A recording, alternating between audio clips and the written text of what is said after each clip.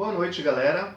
Vamos a mais uma aula aqui do canal Professor Alisson Santos. Vamos continuar as nossas aulas aqui sobre a história da filosofia ou sobre os principais filósofos, ok?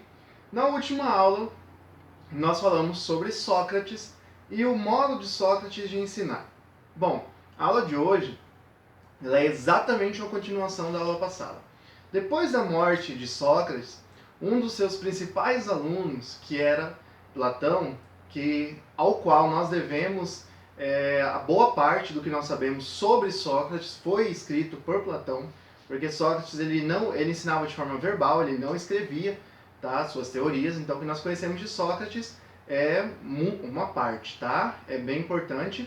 Foi descrita por Platão. Platão ficou decepcionado com a própria cidade de Atenas, depois da morte de Sócrates, e ele vai viajar o mundo todo, onde ele entra em contato, tá, com a geometria de Pitágoras, e ele passa a incorporar esse conhecimento matemático à sua filosofia.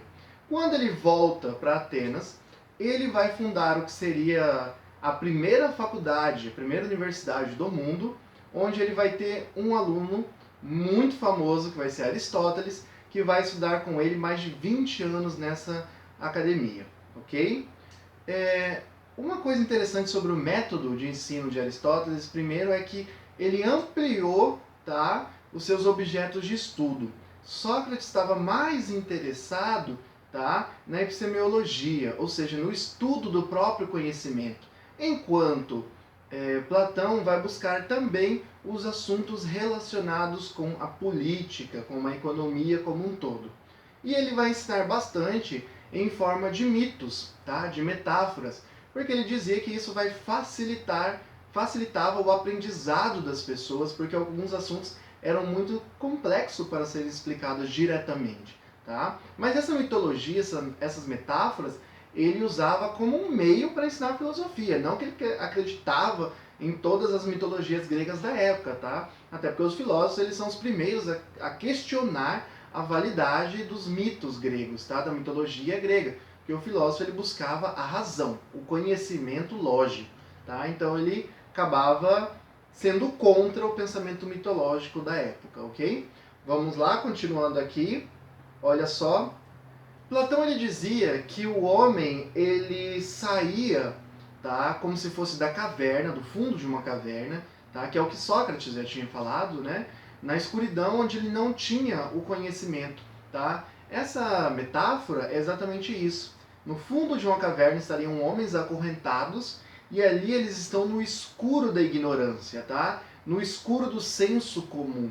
À medida que um deles consegue sair da caverna, ele consegue ser iluminado pelo conhecimento, ele consegue enxergar o mundo de uma outra forma, ver que o mundo é muito mais do que ele achava. E quando ele volta para a caverna, né, que é o que ocorre no livro, as pessoas não conseguem acreditar na visão de mundo que ele tem, porque as pessoas não tiveram a mesma experiência que ele, não foram contempladas pela evolução do conhecimento.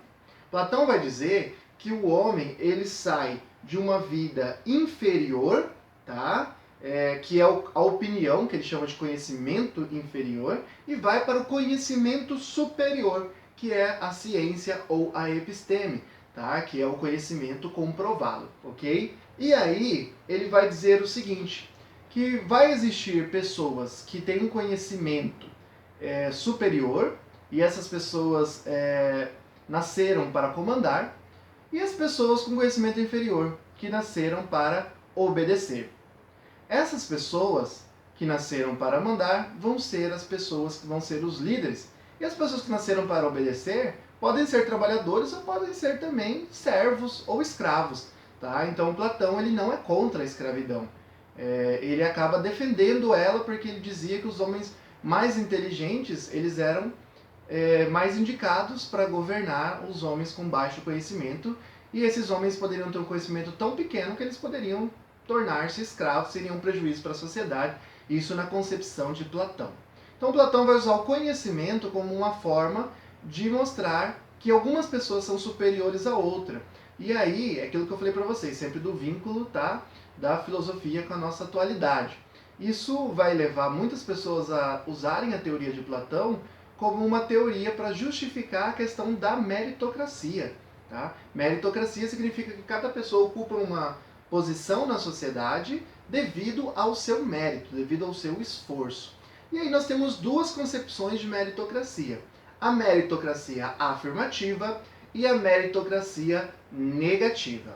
Tá? A meritocracia afirmativa, ela reconhece o mérito das pessoas, todavia ela analisa a condição da família, a condição financeira da família, ela estuda qual é o local, qual a cidade onde a pessoa nasceu, ou seja, toda a condição socioeconômica da pessoa, tá bom? E aí ela avalia, olha, tem pessoas que têm mais facilidade, tá? Para poderem estarem desenvolvendo suas habilidades. Tem pessoas que têm uma condição mais frágil, que daí precisaríamos de mais oportunidade para essas pessoas poderem se desenvolver.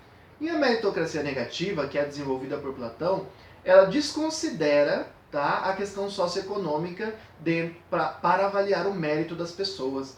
Então ela simplesmente avalia, olha, fulano chegou a tal nível porque ele tem mais mérito, ou ciclano não chegou a uma posição social porque ele se esforçou pouco, não teve mérito, tá bom? Aí fica uma questão para se discutir, né? Num mundo tão desigual quanto nós temos, onde 1% da população tem a mesma riqueza que os outros 99%, segundo a Oxfam Mundial, poderíamos falar de uma meritocracia para toda a população mundial? E no Brasil, onde nós temos 5 milhões de pessoas que passam fome e temos 58 milhões de pessoas que ganham até um salário mínimo, R$ 998, e nós temos também 13 milhões de desempregados. Podemos falar de mérito para todas as pessoas? Dá para colocar todas as pessoas numa corrida, tá? Como se elas estivessem em igualdade?